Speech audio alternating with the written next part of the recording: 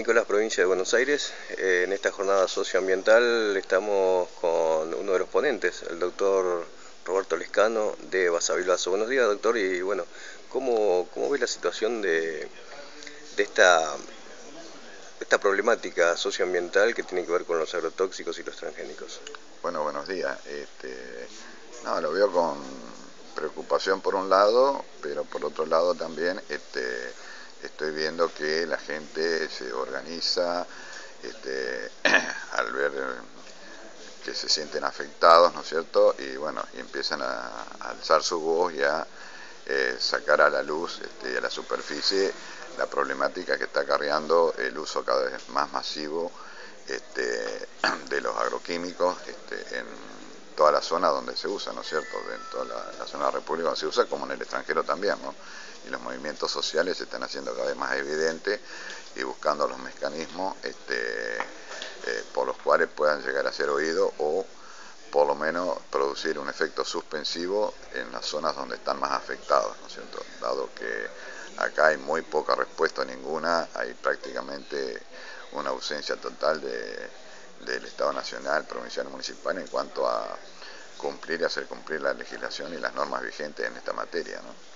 Como médico, ¿qué es lo que sucede en muchos pueblos que están expuestos a los agrotóxicos y que no se documenta o que no se hace en estadística? ¿Qué es lo que estaría fallando en el sistema de salud?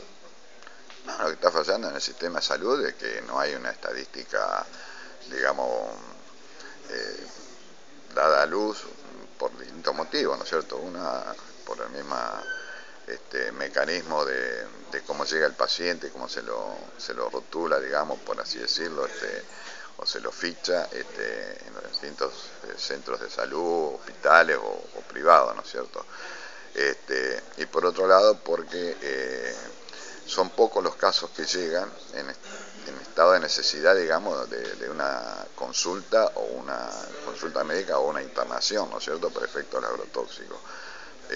Son muy pocos los que llegan, entonces también por eso hay una falta de registro, porque la gente no concurre, porque de a poco ha ido viendo de que un día se brotó porque estuvieron fumigando a 200 metros de la casa y bueno, no supo atribuirlo. La otra vez le pasó lo mismo, ahí ya lo asoció y como ve de que eso en 6, 8, 10, 12 o 15 horas pasa, se queda en su casa, se la banca, como digo yo, y bueno, y todo sigue transcurriendo sin poder estar registrado en ningún centro de salud, ¿no es cierto? ¿Cuáles serían los síntomas de alguien que está expuesto a una fumigación, que debería concurrir a una consulta? Y todo paciente, toda persona que haya sido expuesta y que al momento, a las horas o a la media hora, a las 2 horas, 3 horas, tiene irritación de vías aéreas superiores, como irritaciones de los bronquios, los pulmones, tipo broncoespasmo, tipo asma, reacciones alérgicas generalizadas en el cuerpo, vómitos, diarrea, cefalea, calambres, temblores musculares, ¿no es cierto? Hipotensión arterial, ¿no es cierto? Y esos son los síntomas inmediatos o agudos, como se les llama, ¿no es cierto? Posterior o en el momento de la aplicación de un agroquímico, ¿no? O de los agroquímicos, hoy en día se usan muchas mezclas. Pero ya le digo, vuelvo a Que se repetir, potencian las por mezclas. supuesto que se potencian, por supuesto que se potencian. Pero como la gente ve de que llega hasta un límite y ahí queda, bueno, no se sienten tan mal, no concurren. Concurren aquellos ya sí que tienen mucha diarrea, tienen una hipotonía muscular muy acentuada o una hipotensión muy, muy importante o mucha cefalea, son los únicos casos que llegan a la consulta médica, ¿no es cierto? Más allá después ya los estadios más graves, que sí, eso sí, ya requieren internación, ¿no? Que son los únicos o pocos registrados. En su consultorio seguramente concurre mucha gente de Basavilbaso por el tema de las fumigaciones y tiene un caso muy emblemático que es el caso de Tomasi. Sí, el caso, digamos, lamentablemente emblemático Claro. en esta temática es Fabián Tomasi, ¿no es cierto?, que fue un ayudante de un avión aplicador, ¿no es cierto?, durante años y sin ningún tipo de protección ni nada, y bueno, llegó al estado que quedó, muy, muy, muy lamentable, ¿no es cierto? Un muchacho con toda la juventud tuvo una vida por delante, que nadie le advirtió, nadie le dijo nada, y la tomó por la ignorancia y por la necesidad de trabajar, ¿no es cierto? Claro.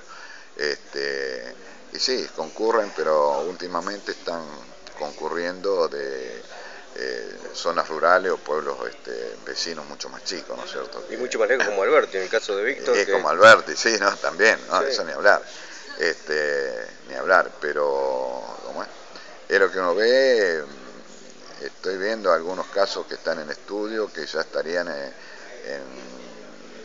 digamos, viéndose los efectos más allá en un estadio subcrónico o crónico, ¿no es cierto? Estamos estudiando algunos casos que pueden llegar a ser problemas así por los agrotóxicos en una etapa más tardía, digamos, de la exposición, ¿no? De 3, 5 años, 10 años, más o menos. Es lo que estamos viendo. Y lo que sí veo siempre son los, como mencioné, que vienen ya porque, digamos, la erupción en la piel es muy grande, o porque hay vómito, o porque hay mucha diarrea, mucha cefalea, ¿no es cierto? Están concurriendo al consultorio. Se está hablando de 1000 metros de prohibición de las aplicaciones, como dicen ellos, fitosanitarias, para nosotros es agrotóxico. ¿Hay una distancia que uno pueda decir no afectaría la salud? ¿O es una fantasía decir que a 1000 metros no te va a afectar? No existe distancia. Se pusieron distancia como para poner una referencia, digamos, en menor peligrosidad y eso. Claro. Pero en cuanto, siempre se habla de la deriva en cuanto a la aplicación inmediata, ¿no es cierto? Pero no se habla de las otras derivas, la por evaporación, la por lisivización, entonces no hay una distancia, porque aparte a la naturaleza, en este caso al viento, no lo maneja nadie, claro. ¿No es cierto? Y doy un ejemplo, por ejemplo, cuando se produce la deriva por evaporación, las moléculas son movidas por el viento, y está demostrado y dicho por un laboratorio que produce productos agroquímicos, ¿no es cierto?, que lo han detectado a 800 metros de distancia, que ha llegado a la deriva por evaporación. Sí, por evaporación, pero y traslación, pero que es medible todavía, ¿no es cierto?, a 800 metros. Pero hay estudios donde por los factores de la propia naturaleza del aire llegan a mayores distancias, ¿no es cierto? No es por casualidad de que, por ejemplo, hay estudios que se detectó endosulfán en uno de los polos, ¿no es cierto? No me acuerdo si en la Antártida. En la Antártida sí, sí. Se descubrió endosulfán, o sea, ahí en los análisis que se hizo en esa zona. Y bueno, ¿y eso cómo llegó? Y llegó trasladado por las moléculas del endosulfán, trasladado por el viento, ¿no es cierto? O sea, por el aire, no por el viento, por el aire. Las corrientes de aire son las que han llevado ahí. Pero se habla de 800 metros, digamos, 500, 300, como para tener una referencia, pero lo único que hace ahí, lo que yo digo, uno atenuar, ¿no es cierto?, al alejar, uno hace la percepción en la persona que está o va a ser expuesta, ¿no es cierto?, que habitualmente son actores pasivos, que están en su casa viviendo, tomando un mate y bueno, y sienten el olor y ven que le viene el aplicador terrestre o aéreo, y al ratito no saben dónde está, ¿no es cierto?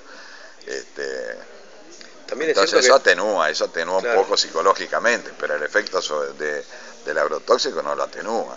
Hace pocos días estuve con un periodista de Buenos Aires que se hizo un análisis para buscar agrotóxico en sangre, y él no vive en el campo y sin embargo tiene agroquímico en sangre.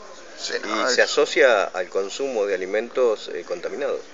No, eso también, eso existe y está demostrado en un estudio que le presentó, creo, hace 3 años, 4, el doctor Seralini, el biólogo Seralini de Francia, ¿no es cierto?, con los organismos genéticamente modificados en el consumo, claro, que producen lo mismo o casi lo mismo que el producto aspirado o por contacto, ¿no es cierto? Producen las mismas enfermedades, ¿no es cierto? Lo que pasa es de que el biólogo Seralini hizo el estudio en 3 años, ¿no es cierto? En cambio acá los productores de los organismos genéticamente modificados lo hacen en un estudio de 90 días nada más, ¿no es cierto? Claro. Donde no aparece nada, o sea, ahí hay trampa, hay mentira y de todo un poco, Sí, ¿no? la inestabilidad de la modificación genética Ah, no, eso influye un montón influye. también, no, no, la inestabilidad genética influye muchísimo, ¿no es cierto? En esto. Y está demostrado que también si consumimos productos transgénicos, organismos genéticamente modificados, podemos llegar a sufrir lo mismo que si hubiésemos estado expuestos en el medio del campo a un agroquímico, ¿no? Muchas gracias, No, al doctor. contrario, un gusto, un gusto. Ahí estuvimos charlando con el doctor Lescano Roberto de Pasavilbaso.